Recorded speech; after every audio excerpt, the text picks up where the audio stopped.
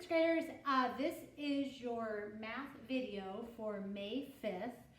This is a Tuesday, and so I'm just shooting a couple videos in one day just because I'm going to get these things done so I can get these out to you guys while I'm here at school. So anyway, I am going to be looking, remember by noon today, I am looking for your review that you did yesterday over the first part of this chapter.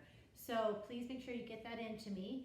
This is now your Tuesday video, and we are going to be looking at 9-7, and that is shape of distributions. Okay, we skipped over 9-6 because it's something that I'm just not going to teach online and teach you through video style. So that's a little section. You'd have to look at that on your own if you want to learn how to do that. It's very fascinating and interesting, but it's a little more technical, and it's just one of those things that would be best if we could to be taught if we were all together. But since we're not, we're going to skip over that, and so you'd have to do that on your own, learn that on your own if that's something that you are interested in. And then we're just going to move on to 9-7. So this is shape of distribution. So if you could put that into your notes, that would be great. So we are looking at shapes of distributions. Let me put an S on the end there. And this is our next lesson. Okay, so there's going to be 4 key concepts. This is on page 339 in your book. If you would like to just open up your book and look at it in your book and not have to look up here on the board. I know some kids were commenting that there's a little bit of a glare. So I tried to put the blinds down and see if I could help a little bit here. But I think it's really hard just because it's a sunny day and we have so many windows in this room. But anyway, hopefully maybe this is a little bit better. Try to help it out a little bit by putting those blinds down. Okay, so let's get started. There are 4 key concepts, 4 words that I want you to be thinking about. And these are words that can help us describe data and when we see data in different types of tables and graphs. So we're just going to be focused on these 4 for today. And so let's put these in our notes. So I'm going to move out of the way here, and I'm going to read to you the first one that we're looking at, and it's on your page in your book, but also up here on the board, and it is the word cluster. Okay, the definition to that word is data that lies close together. Then I put a picture here by it so that you can see what that would look like. So if we have data that is clustered together, it's all going to be kind of in one spot. So there could be room over here, a room over here. Maybe there'd be another group of data over here that's all clustered together too.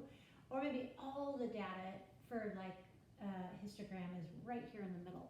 Okay, so that would be a cluster of data. So that's our first word that we want to remember. Okay, the second is a peak.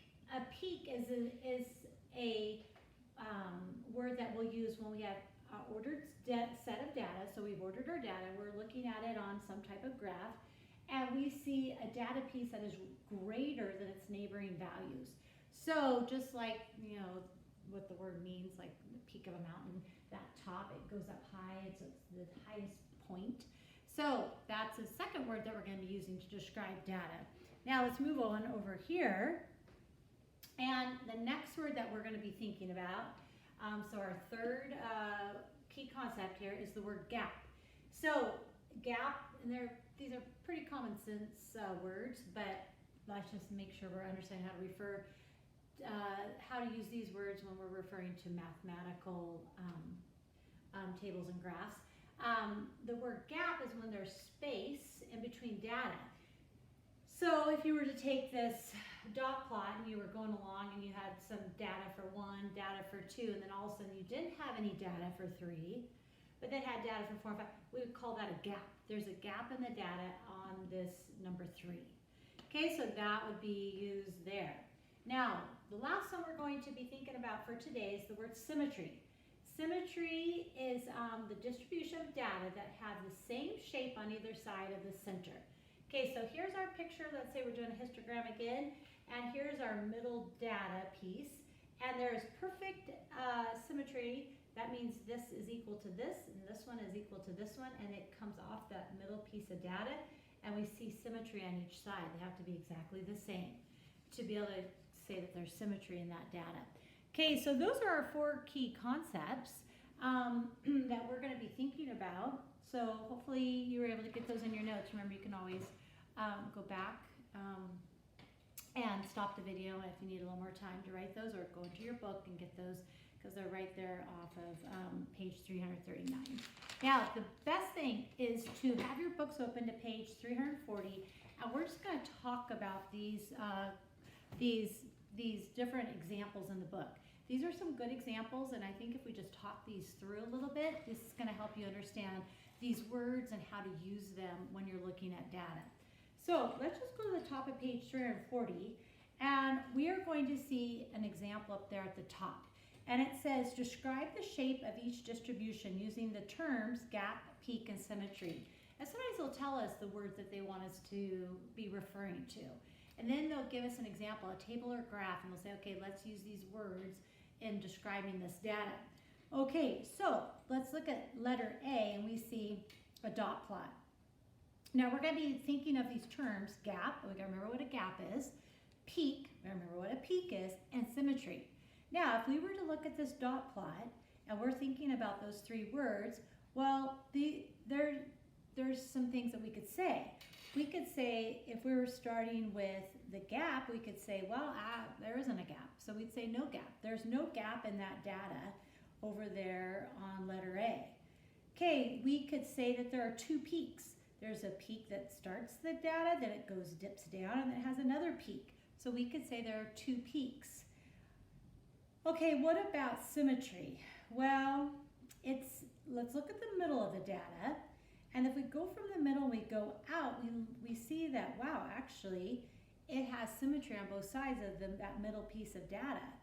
So we could say, yes, there is symmetry around the midpoint. So then we've answered, and we've talked about those 3 words with that data piece. Okay, now let's go to letter B. Now, letter B is a box and whisker. Box and whiskers, we're going to be able to describe all those things. But this is what we could say. Well, it clusters around the median.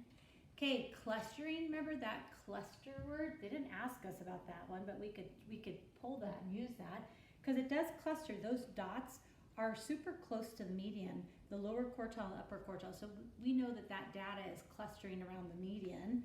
And we could look and see, nope, there isn't symmetry. Otherwise, they would be a perfect, the same amount from the median to the lower quartile and upper quartile and to the least and greatest value. Well, we do not see symmetry from that median, that middle point. So we'd say no symmetry. Okay, now let's go to letter C. Now we're looking at like a bar graph, and we would say, oh, yep, there's a gap between the 2 middle values, data values, and there's symmetry that, yep, comes from the middle. We see that. So we see symmetry. Peak, well, peaks are kind of, we could say, not really a peak.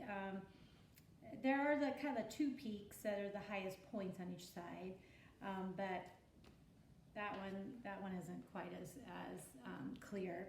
Okay, now let's go down to our quick check, and it says make match the shape of each distribution with the description that best fits it.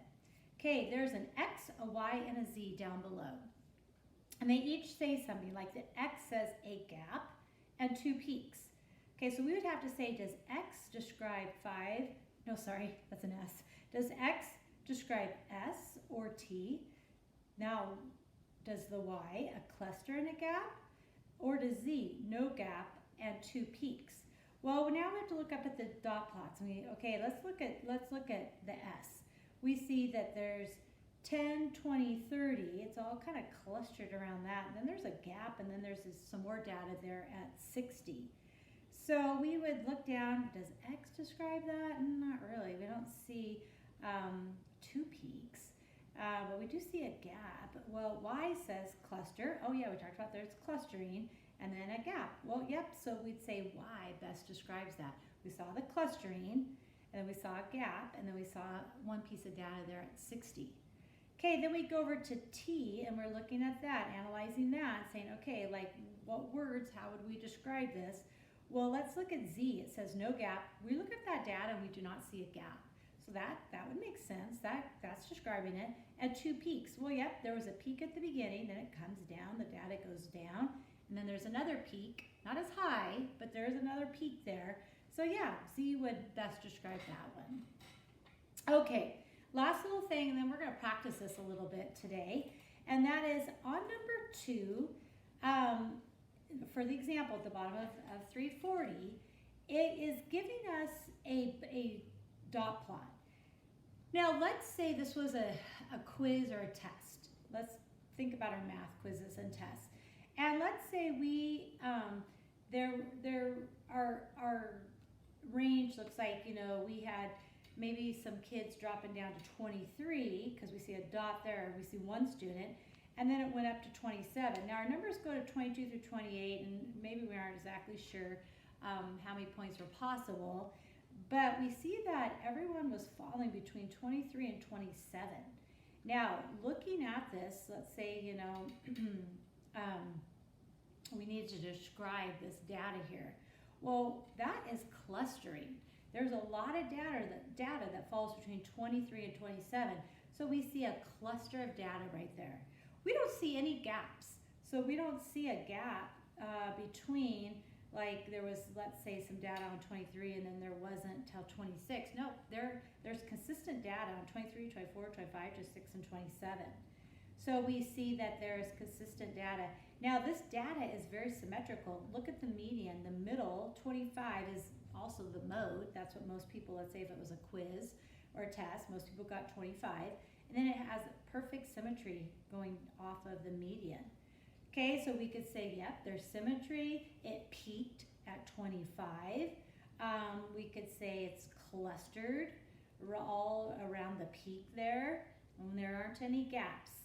Okay, so based on this, down at the bottom, it also lets us know that the median, the mean, and the mode would all be 25, which is kind of interesting because 25 is our mode, and it has that perfect symmetry coming off that 25, which is the median and also the mode. Now, let's go up to number 2. And let's say they want us to compare this dot plot with the one that we just did. So if we were looking at this one, oh, and by the way, that first one, we see that there was a range of 4 points. The highest score was a 27, the lowest was a 23. That's a range of 4. Now, if we were to come up to this one at the top, we see that our data starts at a 21. So someone did score a little bit lower on this one because the other was a 23. We see our highest this time is a 29, so we at least know maybe there's 30 possible. And we know that someone scored a 29, so higher than our one below too. Now, this, if we're gonna look at the range, we take our 29 minus our 21, well, there's a range of 8 on this one. So there's a greater range.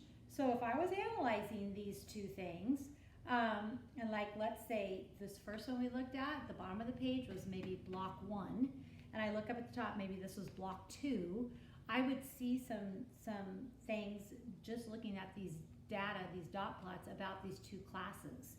Okay, that block 1 at the bottom, they clustered, they were all around the same score. There wasn't as big a range with those kids.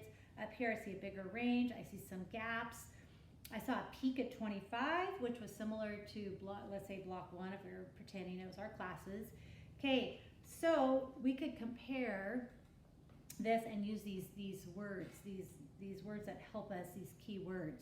Okay, so let's go up at the top and let's talk about this one a little bit, because we see that, yes, there's a peak at 25.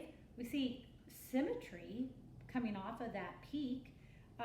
No one had a 24, no one had a 26, but then we see 2 people out of 27, 2 people out of 23. There's perfect symmetry coming off of that. We see that there was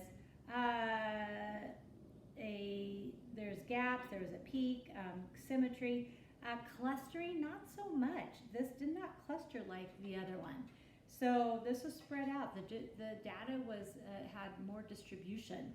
So we could just make some statements, and we could analyze these two, and it would just tell us some different things about these two, whatever it is that we're comparing. I'm just taking, scores, for example, because that's what we do a lot in school with. So it kind of just helps us understand that. Okay, so that is shape of distributions. Remember, we're thinking about these 4 words.